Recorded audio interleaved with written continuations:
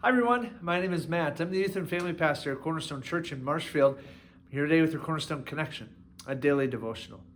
Well, I'm sure if you've lived any length of life, at some point or another, you've had to make the best out of a bad situation. You've had to make the best out of a messy situation. Well, today, as we continue in the book of Joshua, we're going to be going into chapter 9. The Israelites have just renewed their covenant with God. Joshua has just read to the whole assembly the law of Moses.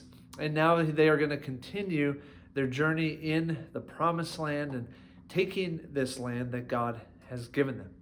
Well, as we embark on chapter 9, here's what we find. There's these people, and they're the people of Gibeon. And they have heard about the Israelites. They have heard how God is with them. And they have heard of what God did for them in Jericho. They heard what happened to the people of Ai back in chapter 8.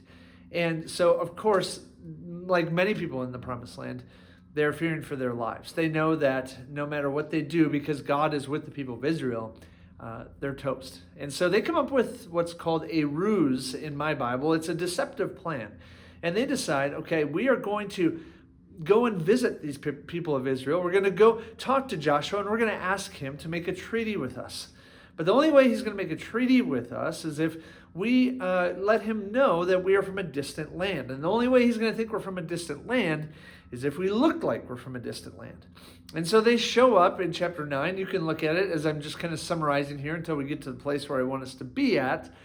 They show up to Joshua, and they have worn out sacks on their donkeys. The vessels that they have their wine in are their old wine skins. The bread that they bring is dry and it's moldy. They've made it look like they've come from a very distant land, when in fact they were actually next door neighbors with the people of Israel. Well, as the story goes, they end up deceiving Joshua, and he believes them, and they end up making a treaty with the people of Israel so that the people of Israel will not attack them. And one of the ways that they actually pull this off is when the people of Israel go to taste, some of the men of Israel go to taste this dry and moldy bread, just to kind of evaluate, are these people telling the truth? We find this out in verse 14. It says, the men of Israel sampled their provisions. They tasted this bread, but they did not inquire of the Lord. In other words, the men of Israel tried to use their own senses. They tried to figure this out on their own without seeking God. Verse 15.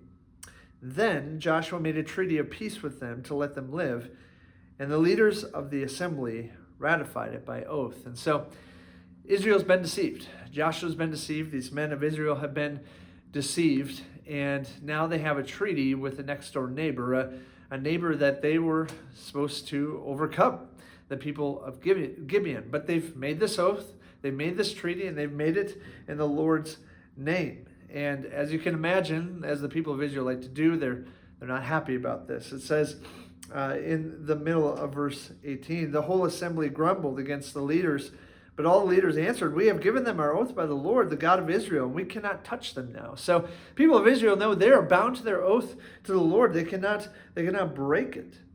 Verse 20, that is what we will do to them. We will let them live, so they're not going to attack them, so that wrath will not fall on us for breaking the oath we swore to them.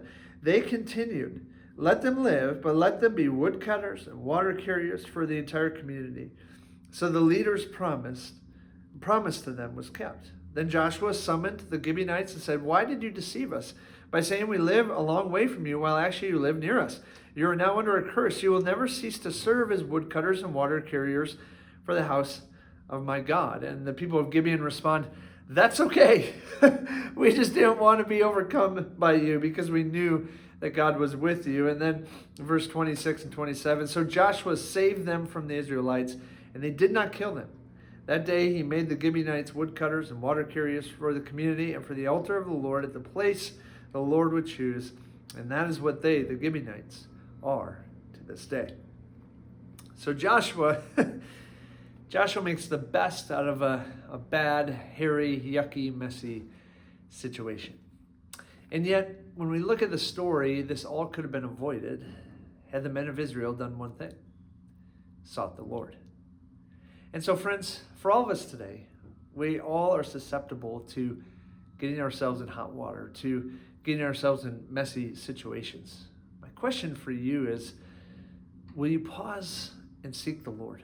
Before you make a big decision, will you pause and seek the Lord? Because perhaps then you won't have to make the best out of a really messy, hairy, and yucky situation. Perhaps it'll just be a good situation because you're following God's will and his leading. Friends, seek him first, as Jesus says in Matthew 6:33, and all these things will be added to you. Have a great day, friends. We'll see you next time on the Cornerstone Connection.